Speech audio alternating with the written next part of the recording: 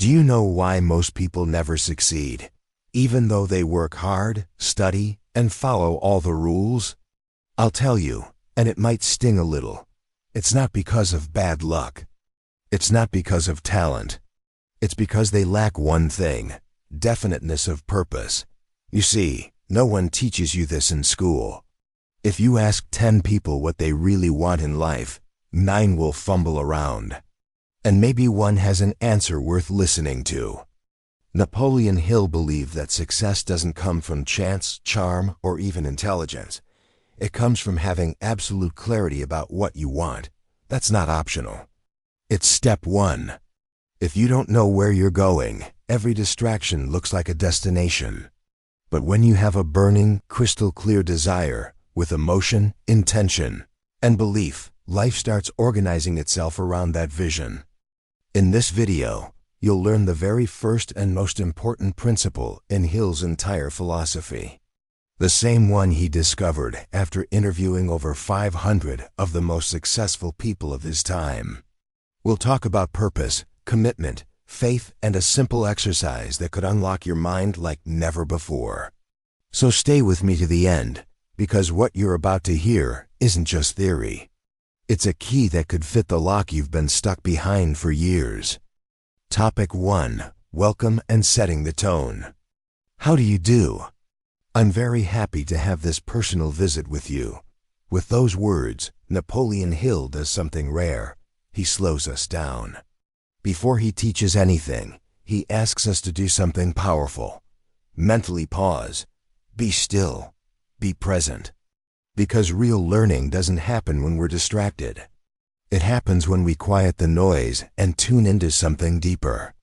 Hill says, forget all your problems. He's not dismissing them. He's giving you a doorway into transformation. You can't absorb life-changing ideas while your mind is racing with bills, texts, or doubts. This is like a ritual, a sacred moment of stillness. And back in 1953, he already knew what modern science confirms. The mind must be calm to learn. He calls what he's offering the master key. Now think about that. A key that unlocks any door your mind can conceive. That's not small talk, that's power. But here's the catch. The key only works if your mind is ready to use it. It's like having a map but refusing to walk. So this quiet, polite introduction isn't fluff, it's your first test. Are you truly present? Hill's voice is gentle, but his demand is bold. Be fully here. Not halfway, not split between thoughts. Because he treats knowledge like treasure, and the only way to receive it is with focused, receptive awareness. And that leads us to what he does next, something that seems simple, but has the power to shift your entire direction. Topic 2. A promise tied to commitment. Right from the start, Hill makes a promise. Not just a motivational one, a conditional one.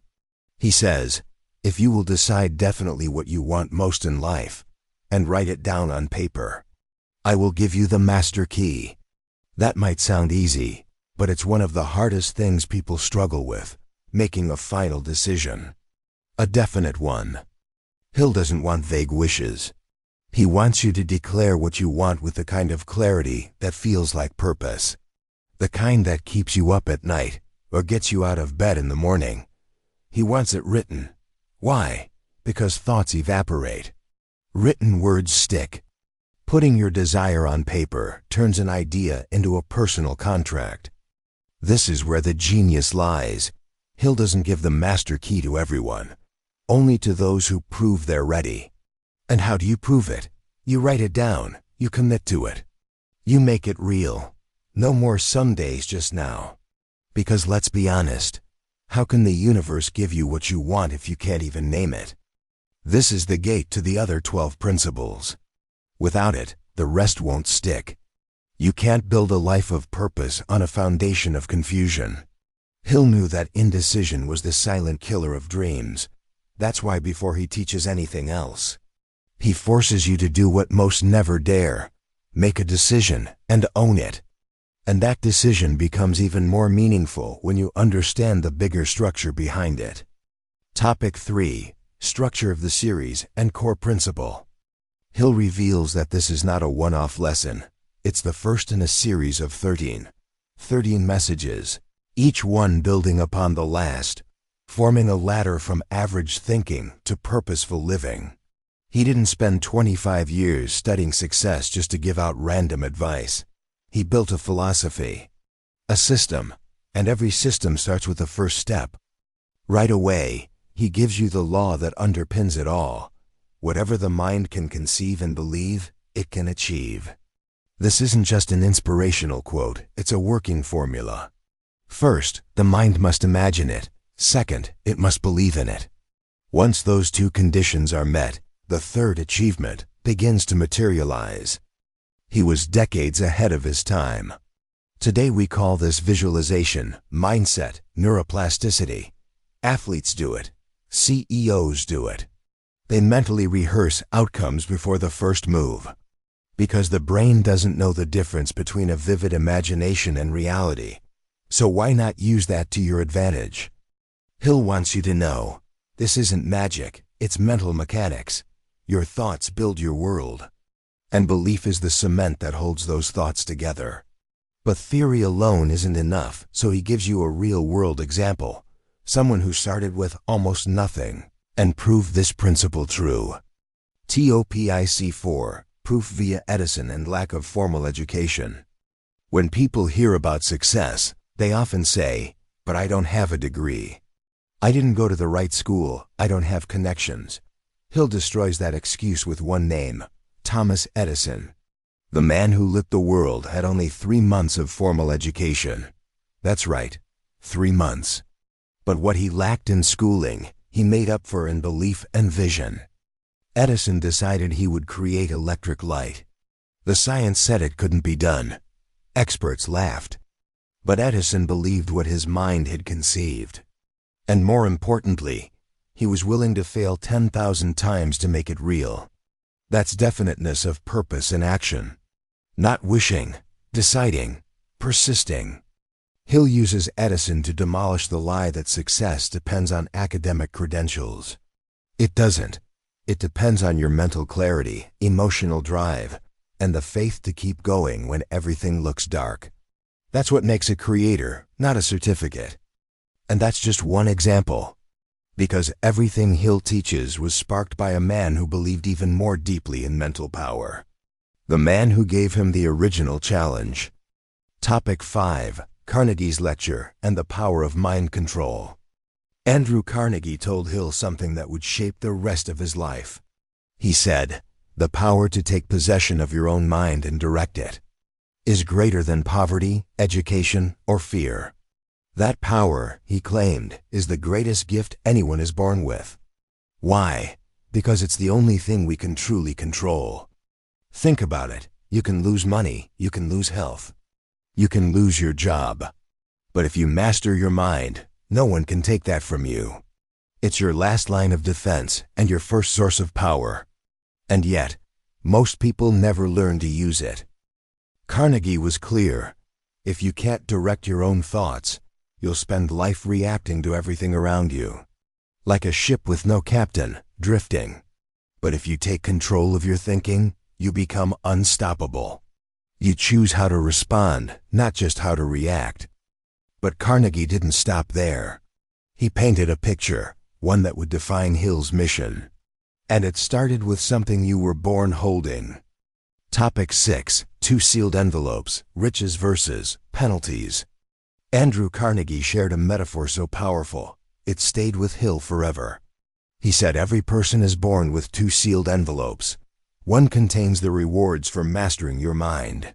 The other, the penalties for neglecting that responsibility. It's not fate, it's mental cause and effect. And once you see this clearly, you'll never think the same way again.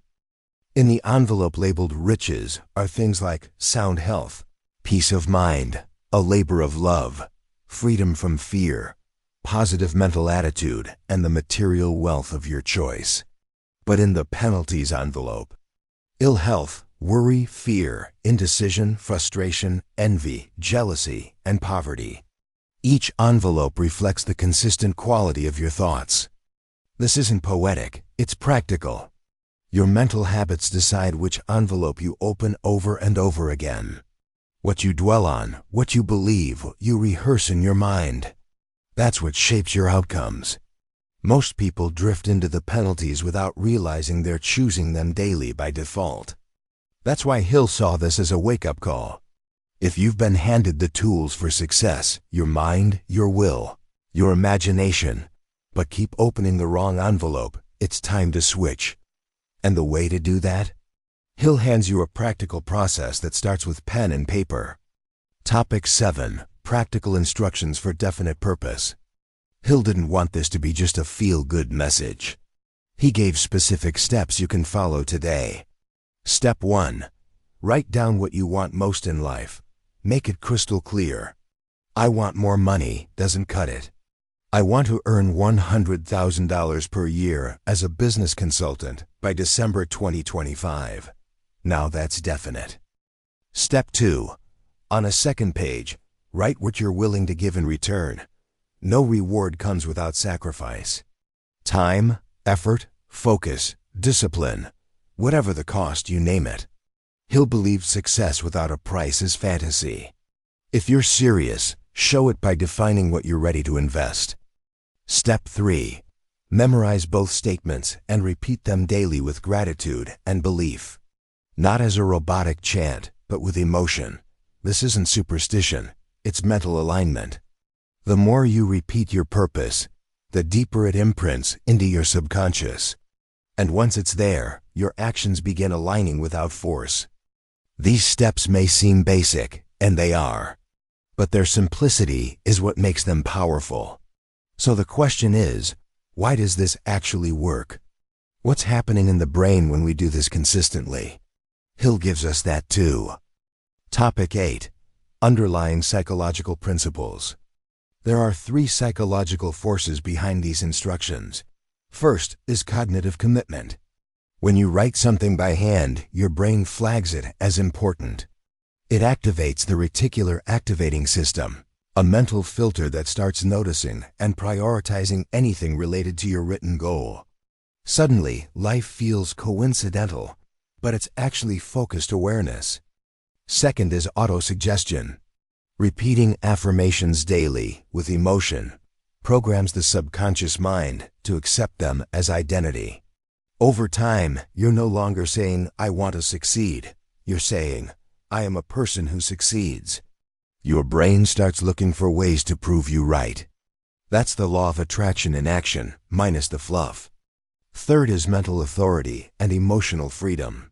When you learn to guide your thinking, you liberate yourself from fear, doubt, and external pressure. You become the author of your own experience. Hill believed that learning to control your mind was the highest form of personal freedom. Everything else flows from that center. These 3 forces create a mental foundation, but we know principles are just half the story. What about real-life proof? People who've used this and transformed their reality. Hill gives his classic examples, but let's bring that to today. Topic 9. Concepts versus action steps. Hill's brilliance wasn't just in explaining ideas, it was in making them actionable. For every principle, there's a step. He doesn't just say, be open to learning. He tells you to sit quietly, shut out distractions, and prepare your mind like a temple. That alone is a discipline most skip. But it changes everything. For having a definite purpose, the action is clear. Write it down. It doesn't matter how motivated you feel. Writing creates structure. It turns a foggy dream into a sharp intention. And that sharpness cuts through confusion, delays, and self-doubt. When Hill says, whatever the mind can conceive and believe, it can achieve, the action is, build belief through repetition. That's the missing link. People conceive all the time, but few believe. And even fewer believe long enough for results to appear. That's why Hill insists on repetition and gratitude. It wires your nervous system for certainty. And the 2-envelope metaphor? It's not just a concept, it's a decision-making tool. Every day, ask, am I feeding my mind with the thoughts that belong in the riches envelope? Or the penalties one, If you're honest, you'll know instantly. And when you're ready to change that answer, look at those who already have. Topic 10. Real-world examples and modern analogs. Need modern proof this works? Look at Elon Musk. He didn't start with power or popularity, just a vivid mental image of a better future. He believed in that vision when no one else did. And he kept moving toward it, failure after failure, until the world caught up with his mind. Or take J.K. Rowling, a single mom on welfare, rejected by publishers, but she had a definite purpose: finish the Harry Potter series and share it with the world. She repeated that mission in her mind every day. Her belief burned brighter than the rejections. And eventually, the world responded. Modern psychology confirms what Hill taught a century ago. Gratitude journaling increases motivation. Visualization sharpens focus. Daily affirmations rewire the brain. This isn't fiction, it's neurobiology. The key? Consistency. Small disciplines over time create seismic shifts.